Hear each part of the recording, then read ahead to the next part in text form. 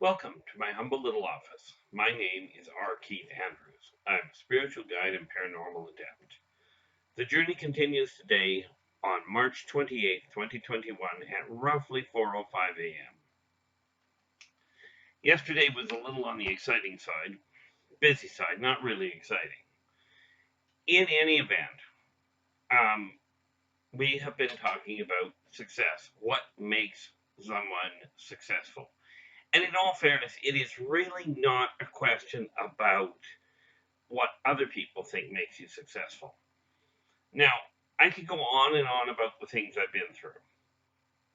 Much more importantly is what you've been through. Where you're standing, how you got to where you're standing right now is not the critical issue. Where you are standing right now and where to go from here is.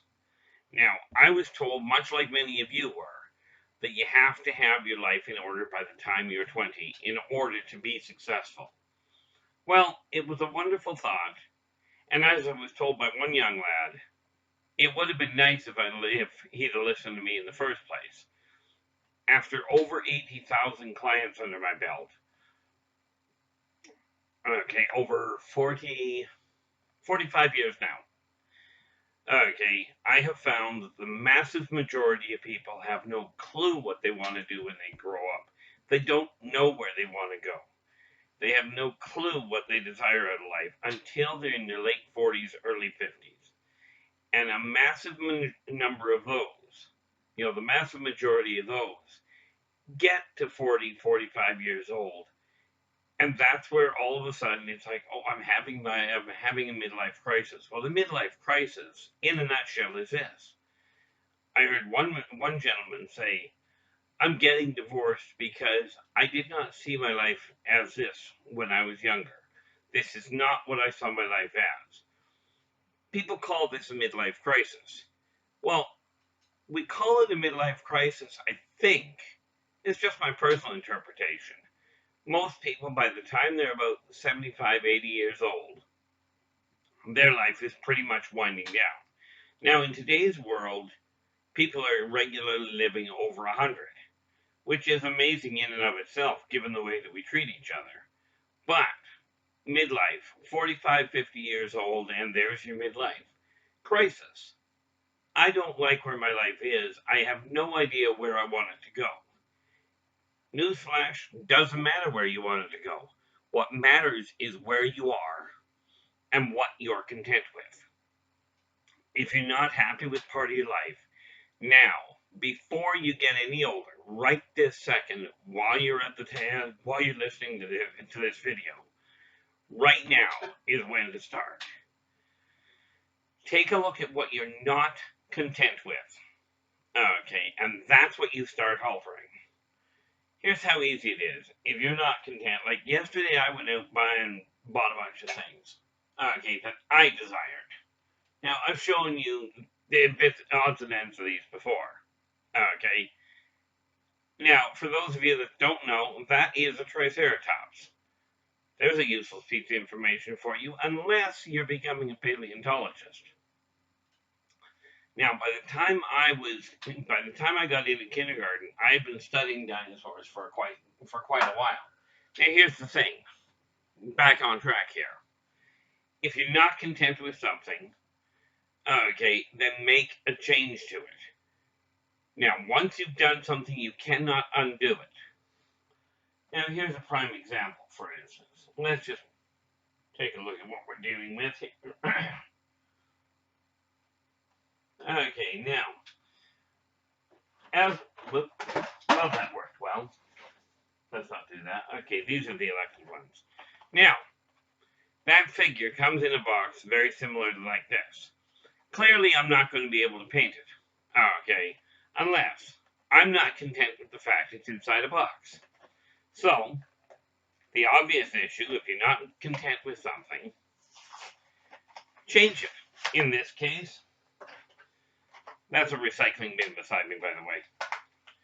In this case, I'm not content with it being in a box, so I'm going to open the box up and remove the stuff from the box. I'm making a change that I can now alter. I can now do what I desire to do. Now, like I said, I paint these things. That's my hobby, not yours. Might be yours too, I don't know. What I do know is that now that I've got this box open, now I've got these little figures inside my hand, and now I can put them into a bin. I have just made a change. I've got a whole pile of these. I hate that word.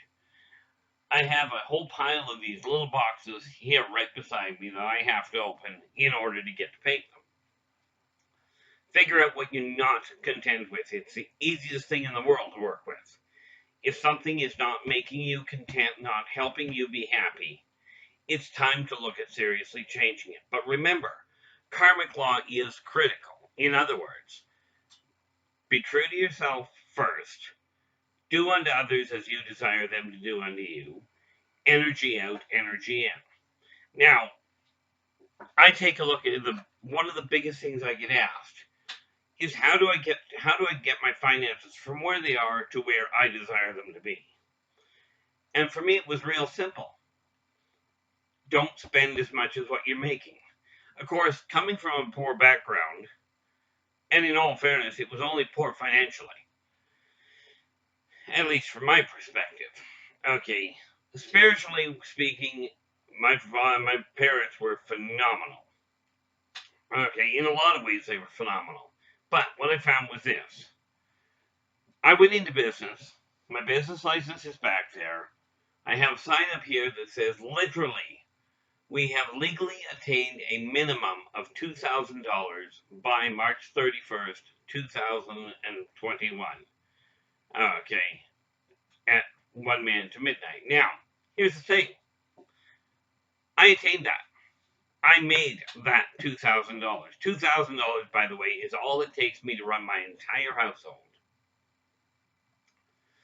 Okay, I've got that sign there. The other thing that is absolutely critical is on this wall. I have a wood burn sign. I showed it to you a while ago. That says I am worth it. I have been making changes to my life that I was not content with. At present, I'm quite content.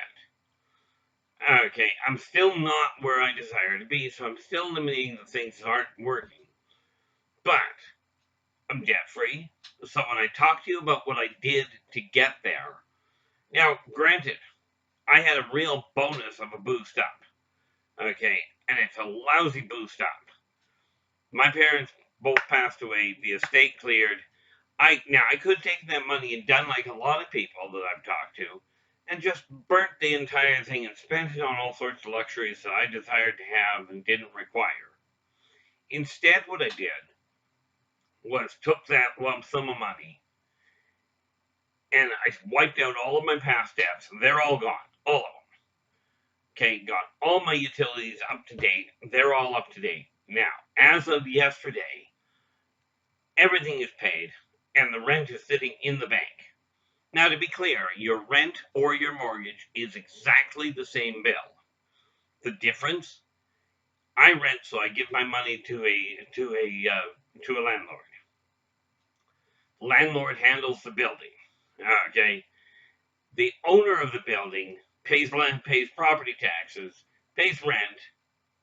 Well, the owner of the building pays rent in all likelihood, so he pays the bank. If you own the property, you're the landlord. You're the one that pays the bank. Okay. If you've paid the bank off entirely, you're still paying land taxes. You're still renting or leasing, call it what you will. Lease is just a term for a longer rent. Okay. But got everything paid, everything cleared. Got a few things I desired, like I was mentioning a couple of days ago, maybe a week ago, I don't know. Managed to get a washer and dryer into my house. I'll tell you, that has made my life much easier than going to the laundry room. Okay, or what some of you may go to the laundromat. In any event, doing it in my own apartment makes it real convenient. Convenience quite often is what made for me. If I don't have to leave my apartment unless I desire to go to the grocery store or to a restaurant, or for that matter, to that neat little gaming shop that I keep telling you I deal with. Okay. If I don't have to leave the house, I don't. Frank, and that's not necessarily a good thing, but for me it works quite nicely. What it boils down to is I'm a recluse. But I found a way that works for me. It's not necessarily what works for you. Okay, told you I fiddle with things. But that's me. I'm content with it. Okay. Now, I've been asked by a number of people as to why they should believe what I have to tell them in a number of different venues. Well, in all reality, to me, it doesn't make a whole lot of difference. Okay. What matters, and it's the same as you, whether other people believe you, if you're being honest, i.e., do unto others as you desire them to do unto you. If you don't desire to be lied to, don't lie to people. It doesn't guarantee you won't be lied to, but it does stack the deck in your favor. So, like I tell people, I'm not about to tell you that, I'm not about to tell you that you should believe me because, well, I'm being honest. That's got to be one of the silliest comments I hear from people. I had somebody actually tell me that one day, that I had to believe him because of who he was. I went, that is probably the worst thing you could have told me, because trust is something that is earned. And as I was told when I was growing up, it takes years to build trust. It takes seconds, one misstep, one lie, and that trust is gone. Okay. And building it back is going to take longer in all likelihood than what it was to build in the first place. You meet a stranger, you basically go with the idea, it's best to go with the idea that that person is going to be honest with you. You've done nothing to them, they should be honest. My experience, unfortunately, has not been that good.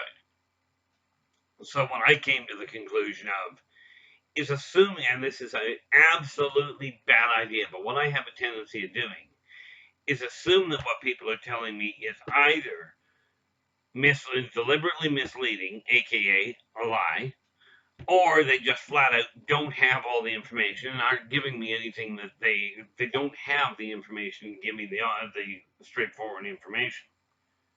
Well, that was a really poor display of English. And by the way, these videos are what I call live, meaning I do not go back and edit anything. The missteps I do when I drop something, when if I hiccup, if I stumble over my words, that's me. When you meet me when you get around to meeting me face to face, you'll find the same thing. I'm not known for being subtle. Okay, the only thing I will guarantee anybody is that I will not lie to you to make you feel better. So when you're aiming at getting yourself on track, figure out what you're not content with. That is the number one move. Okay, once you've done that, you can start eliminating the things that you're not content with. When they're all gone, all that you're left with is the personal world around you that you are content with. Now, there are many things that I'm not content with that I cannot deal with, that I can't do anything about. So you look at them and go, well, that's beyond my control right now.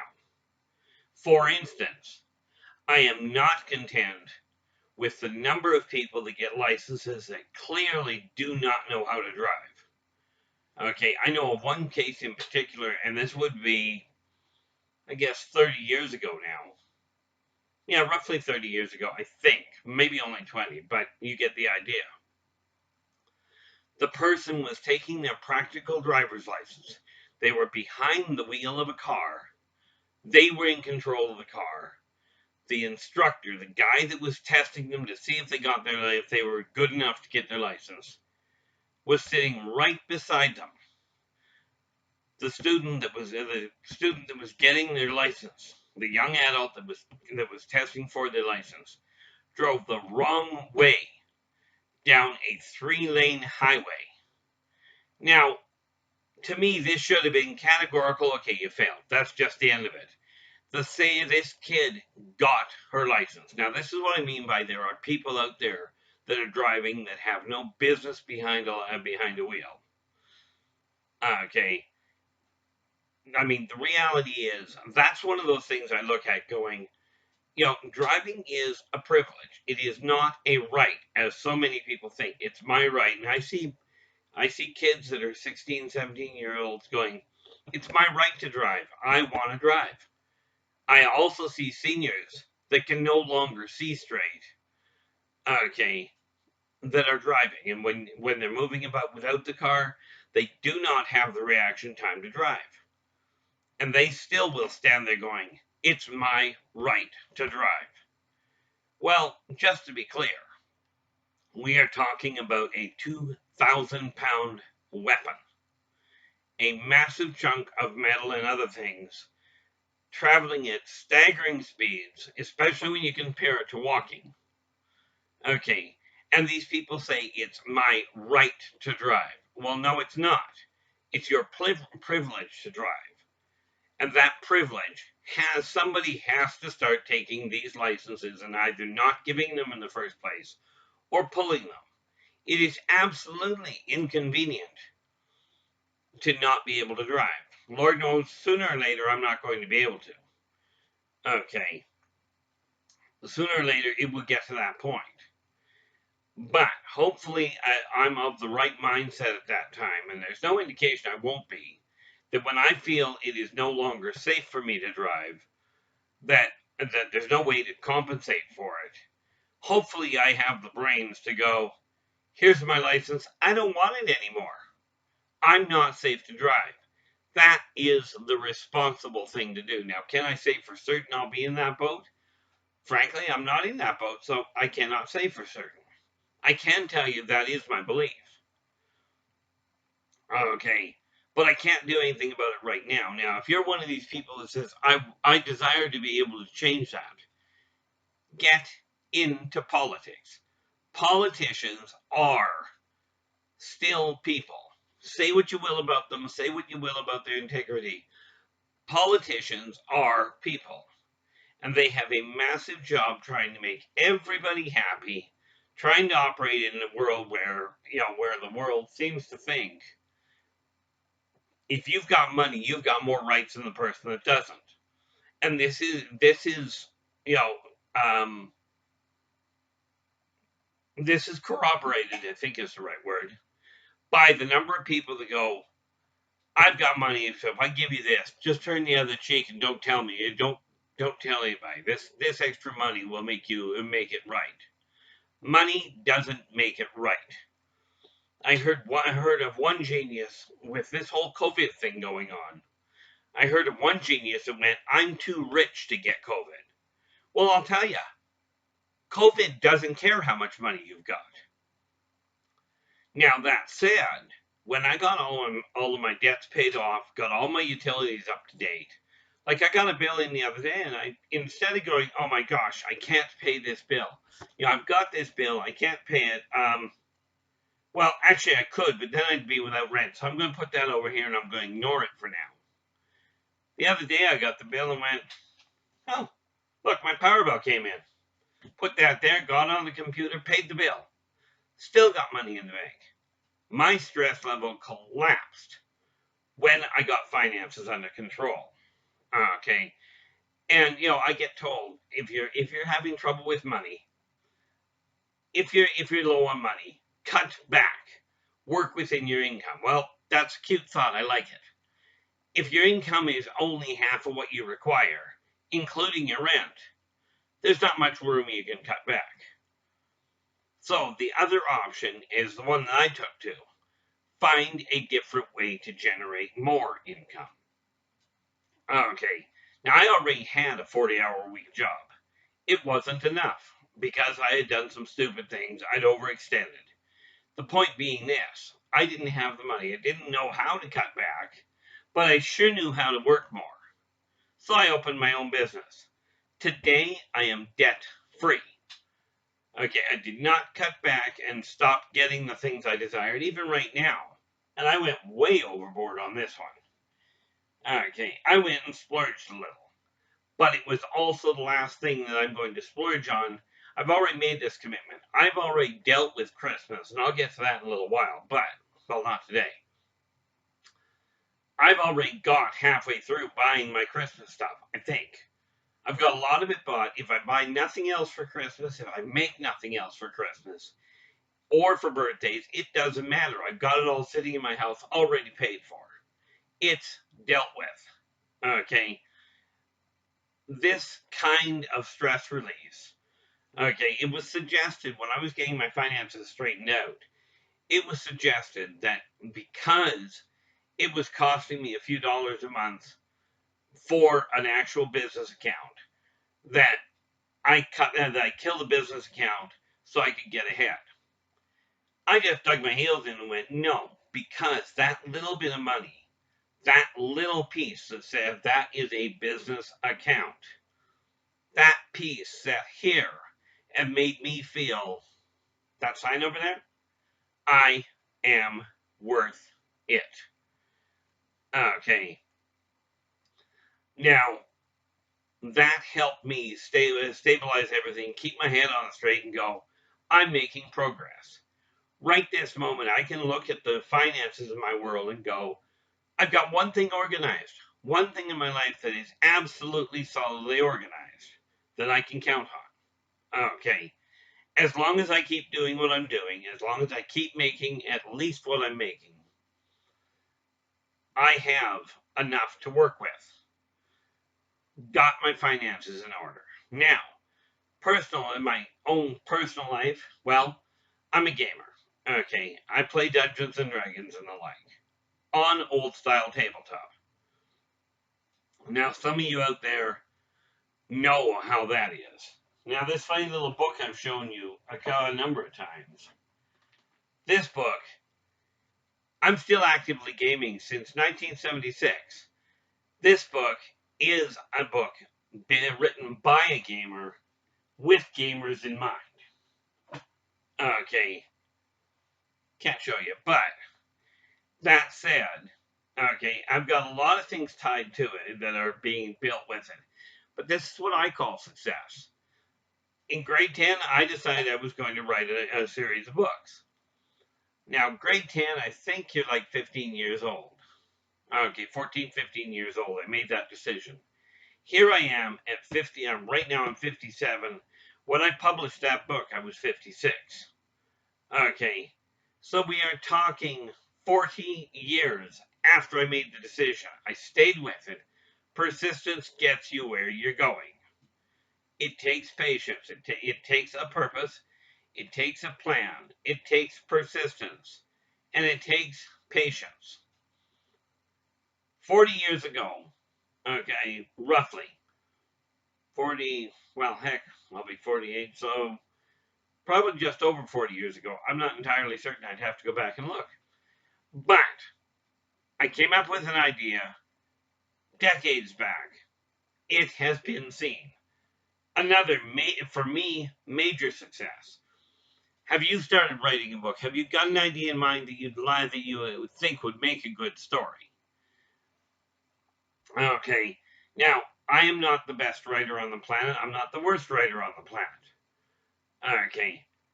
It's the same as if you're an artist and you'd like to get an idea put on paper, put behind film, make it happen.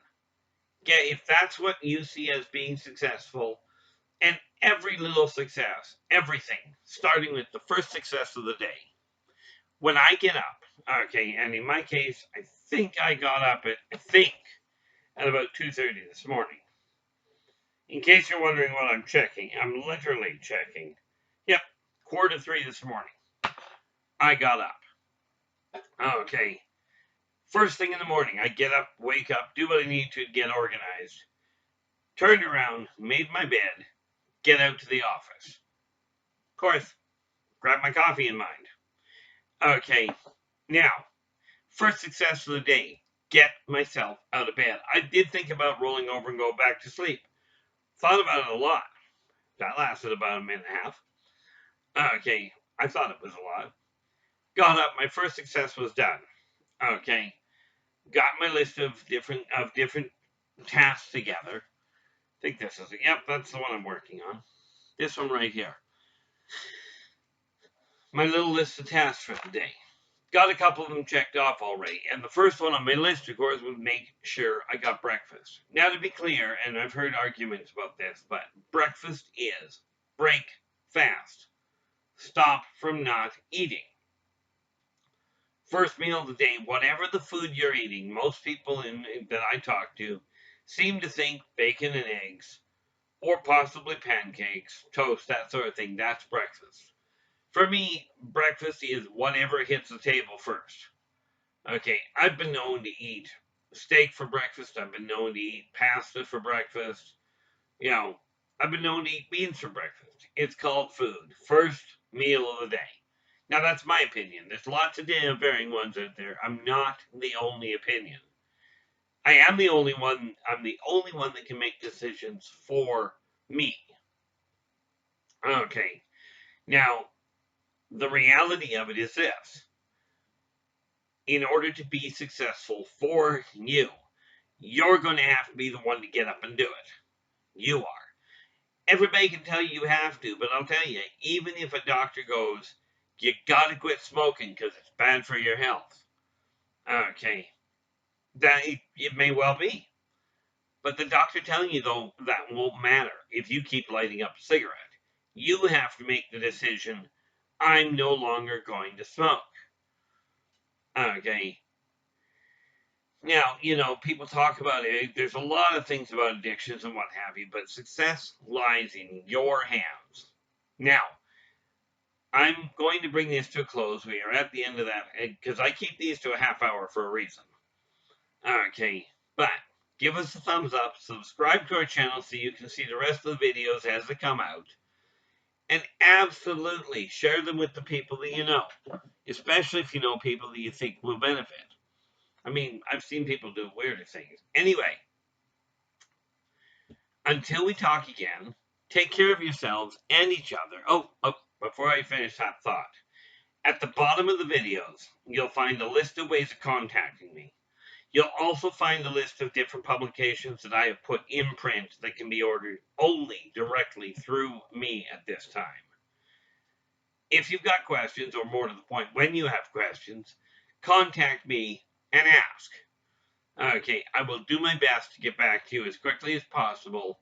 I'm not perfect, so I may not get there, but if you still have the question, send me another letter. Okay, send me another email. Okay, the reality of it is this.